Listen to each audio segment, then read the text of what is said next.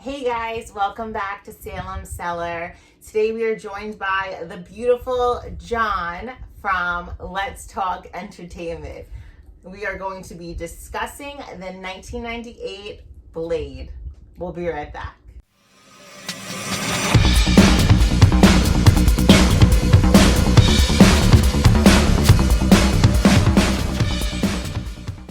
So today we're going to be diving into Blade. Blade was released August 19th, 1998. It was directed by Steve Norrington and written by David S. Goyer. Now, Blade is one of my favorite superheroes. It will always be a love of mine. I just remember the first time I saw Wesley Snipes in this role, and I'm like, okay, you are amazing. Bow down to you, Wesley Snipes. What were your feels on it? Oh, I loved it. And, I feel like when Black Panther came out, people just forgot about Blade. Like, that was the original black superhero. Yeah. People from the 90s who grew up during that time, they remember Blade. And I love Blade. It is one of my favorite superheroes. And this is also my favorite vampire as far in cinema history. Forget the Lost Boys. I'm going Blade every day of the week. It's so underrated and nobody is discussing this gem. It's like this hidden gem in the 90s that nobody is bringing up. So whenever I see anything about it, I'm like, yes, Blade.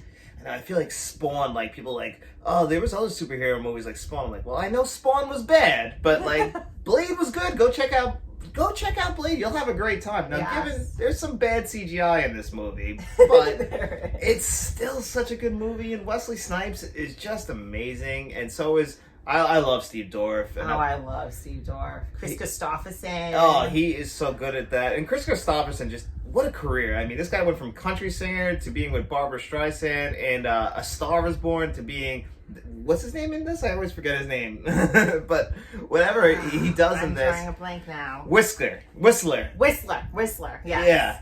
He's just like that guy that you just want around. It's like the father figure that Blade needed. Like he's just, I know it sounds weird, but he's comforting to me, knowing he's gonna have his back. Yeah. At all times. I love him. And Blade didn't have a parent figure because, as we know, his mother died. Sanaa Lathan. Yep, she died, and now he had no one. So Chris Christopherson stepped in to be a father to him, and taught him the ways of being a vampire because he's a half. He's a day walker, but he's also a vampire, and they create the serum for him that he can survive on. So he's not feeding on people. Yeah, well, thank God. Imagine, he's a beast. Yeah, he is just.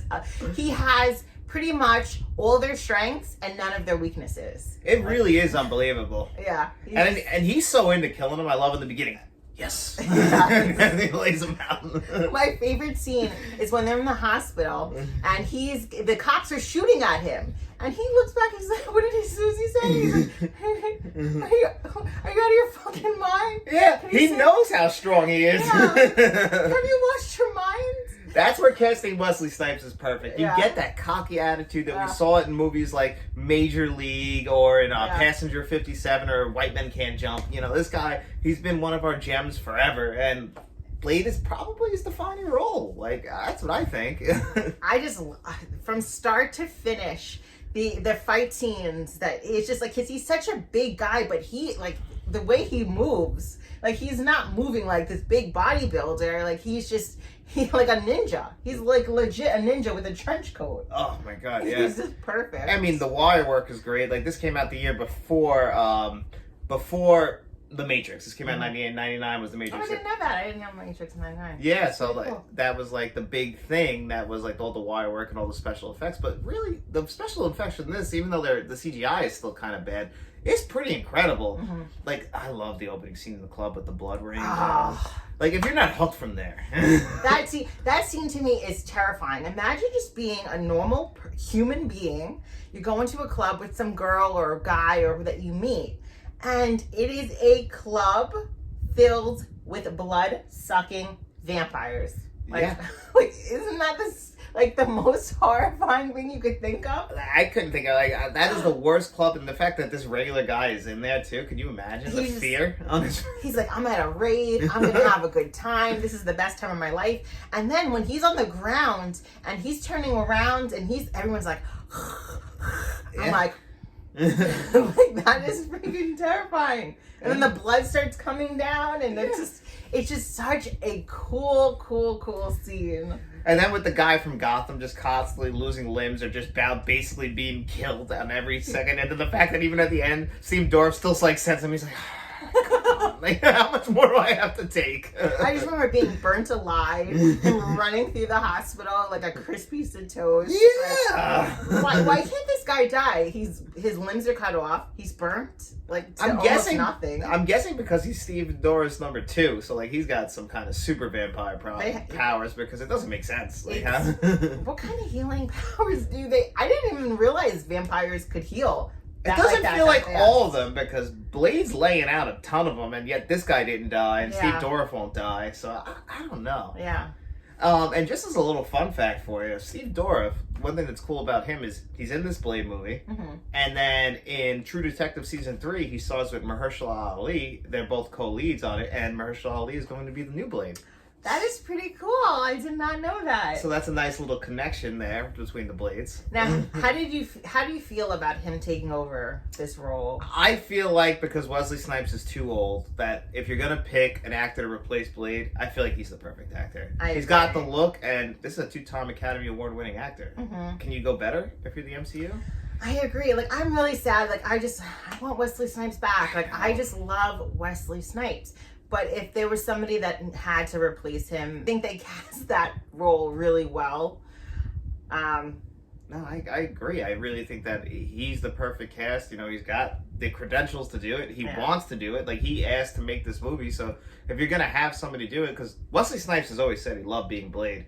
Unfortunately, they stopped making Blades, maybe because he wasn't paying taxes. But it's unfortunate because we could have definitely got more than 3 movies. We could have, especially when it was like Jessica Biel with Ryan Reynolds. Like, that movie wasn't the best out of the series, but it's fun. It was a fun one. If they would have took 5 years off, Wesley Snipes was still young enough where they could have brought him back. And I would have loved the Blade 4.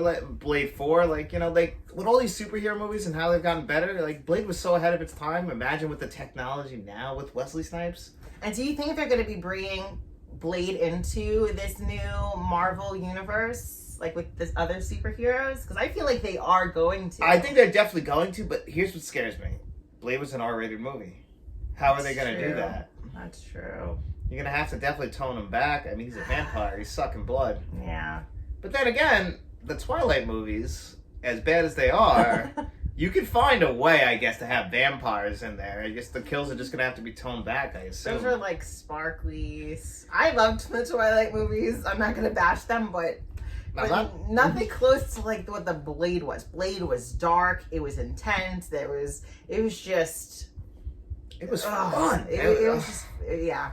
I love it. I can't say a bad thing about it. I love that movie. That's a perfect film and the perfect vampire movie and perfect casting. Ugh. The casting was great. Like, Sanaa Lathan as his mother, like, she's from Alien vs. Predator, Love and Basketball. She's just been around my entire life. I've been watching her on the screen.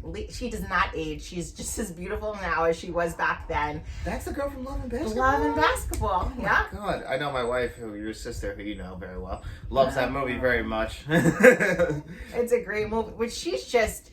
I remember, not to bring up another movie, but Alien vs. Predator, when they wanted to cast a role, you know, instead of like Sigourney Weaver, they wanted somebody like a strong female, like a powerful woman to play this role. Oh, and she's a very strong female. Yeah. The fact that she could just let her son go and forget about him for, like, what is he, 35 here? Yeah.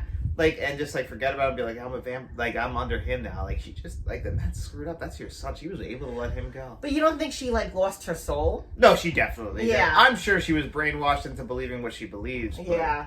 I mean, that sucks, but this kid had to go his whole life, and who knows how he would have been. I mean, we would have got played. He saves that girl in the beginning because he's reminded of his mother. Like, I don't know how you remember this scene, like, I mean, like, this part of your life when your mother's, like, reaching for you after birth, but he remembers maybe it's part of, like, the vampire in him. Maybe, but, like, yeah, it works in a hospital. I mean, it might even be the same hospital. Yeah, so he sees her on the floor, and he's, like, getting flashbacks of his mother after she gave birth to him, and he's like, okay, I'm going to, you know, even though I don't want to, I'm going to see this girl because she's, like, my mom. You know? Yeah, everything, it gives him a really compassionate feeling for his character because he's pretty angry all the time. Yes. But you know what? And he's also got the comedy thing going on. So I think that Wesley Snipes was perfect casting. I really do. I it's going to be tough for Mahershala Ali, as good as he is as an actor. If anyone could do it, but that's some big shoes to fill, buddy. It is. Hopefully he fills it. Hopefully he gives us like really, really good movies. I hope so. I'm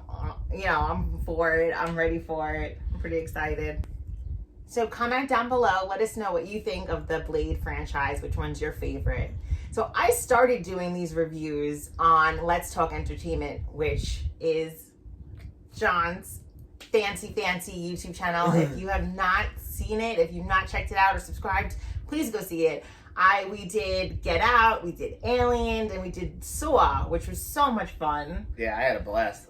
And people were asking for Carmela, so it only made sense for Carmela to spin off in their own channel. She's too big for Let's Talk, let's put it that way. No, mine's more of like the horror, sci-fi, spooky Cellar, and they just talk about everything from movies, TV shows. You guys do product reviews. Oh yeah, we do tech, video games. They do it all. We do try and do as much as we can, so if you like it, please check us out. If not, I understand. No, check them out. Find them in social media. There's something for everybody on their channel. It's amazing. My sister's on a lot of episodes. She'll be on another video with me. We're going to be dissecting. I'm not going to tell you yet. Subscribe so you can see it. Oh, yeah. Make sure you do. And make sure you're following me on social media. Like, share, and subscribe. And I'll be right back.